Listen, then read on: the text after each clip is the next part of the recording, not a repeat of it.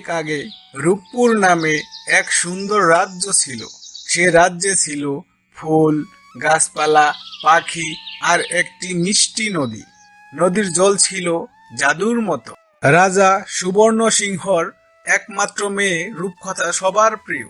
সে পশু পাখি গ্রামের সাধারণ প্রজাদের খুব ভালোবাসতো। নাও একটু পানি খাও পাখুদা। রাজকন্যা দিদি, রাজকন্যা দিদি, তুমি আমাদের সাথে থাকলে আমাদের খুব ভালো লাগে। আমি তো সবসময় তোদের সাথেই থাকতে চাই রে। তোদের হাসি আমার কাছে সেরা উপহার।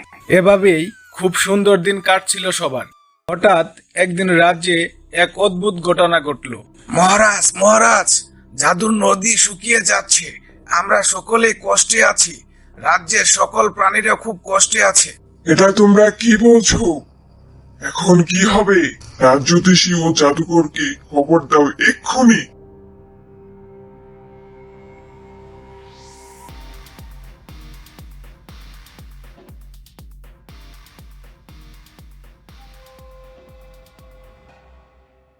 কোন কারণে জাদুর নদী অভিশপ্ত হয়েছে মহারাজ? এখন তাহলে কি হবে? এই অভিশাপ থেকে মুক্তি পাওয়ার উপায় জ্যোতিষী? মহারাজ, নদীর উচ্চের পাহাড়ে লুকোনো আছে জাদুর পাথর। সেটা না জাগালে নদী ফিরবে না। কি বলছেন জ্যোতিষী? সে পাহাড়টি একটি মৃত্যুপুরী।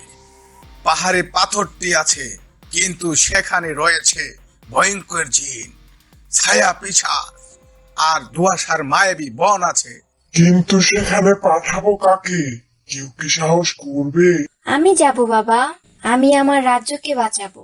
না রূপকথা, তুমি আমার একমাত্র কন্যা। তোমার কিছু হলে আমরা কি নিয়ে বাঁচবো?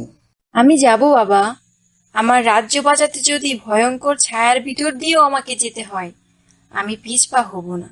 রূপকথা, এটাই যদি তোর ইচ্ছা হয় তবে আশীর্বাদ রইল। রূপকথা তার প্রিয় ঘোড়া আলোক আর বুড়ো জাদুকর তোরাবাসকে নিয়ে বেরিয়ে পড়ল। পথে তারা পৌঁছায় এক পাহাড়ি বনের ধারে, যেখানে বাস করে এক পাখি, ঘুম পাখি।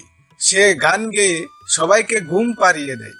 যদি ক্লান্ত লাগে মন, শোনো আমার ঘুমের টনটন। ওমা, চোখ তো আমার ঘুমে গুজু গুজু করছে।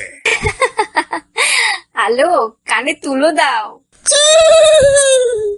চিন্তা নেই রাজকন্যা, আমি আমার কানে তুলো গুজে নিচ্ছি আর আপনাকে জাগিয়ে রাখছি।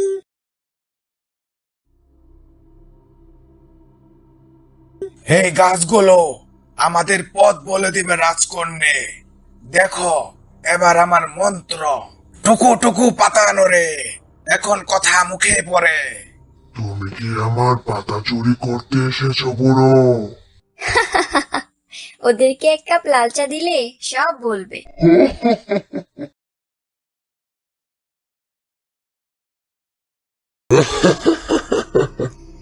ফিরে যা, নইলে সবাই মরবি। আমি ভয় পাই না, আমি এসেছি জাদুর নদী বাঁচাতে। তুমি ভয় দেখাতে পারো, কিন্তু আমাকে থামাতে পারবে না। আমি আমার রাজ্য বাঁচাতে এসেছি, বুঝলে তুমি?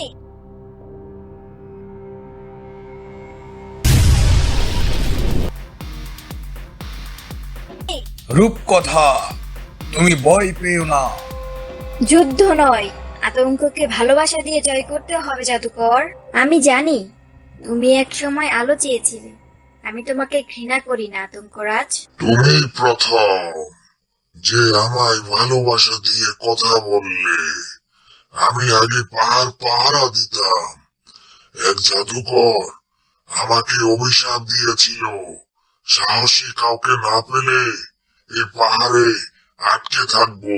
তাহলে এখন তুমি মুক্ত আতঙ্করাজ। যাও, পথ খুলে দিলাম। শেষমেশ তারা পৌঁছালো পাহাড়ের গহীনে এক জাদুকরী গুহায়। সেখানে ছিল 3টি দরজা। দেখো, 3টি দরজা। ক্ষমা, আত্মত্যাগ, অহংকার। সঠিক দরজা খুললেই পাবে জাদুর পাথর। ক্ষমা সব থেকে বড় গুণ।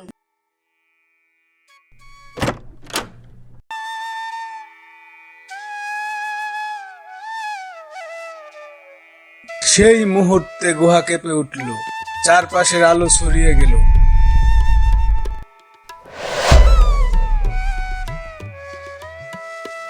নদীর উৎসের জল গর্জে উঠল, শুকিয়ে যাওয়া নদী আবার জেগে উঠল, তার প্রবাহ ছড়িয়ে পড়ল রূপপুরে।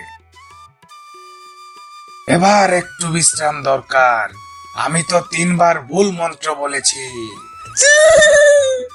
এবার আমাকে রাজ্যের জাদুকর বানাও। আচ্ছা তাহলে শিখে নাও, ঘুম পাখির গানটা প্রথমে ভুলে যেতে হবে।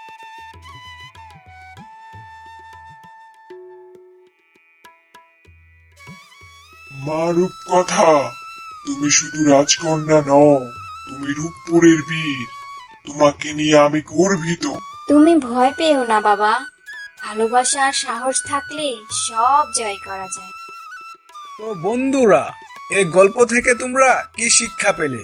ভয় পেলেও সাহস রাখতে হয়, আর সবার প্রতি ভালোবাসা রাখতে হয়, তাহলেই সব কঠিন পথ সহজ হয়ে যায়। তো বন্ধুরা, এরকম মজার মজার গল্প দেখতে চাইলে এখনই আমার চ্যানেলটিকে সাবস্ক্রাইব করে রাখুন।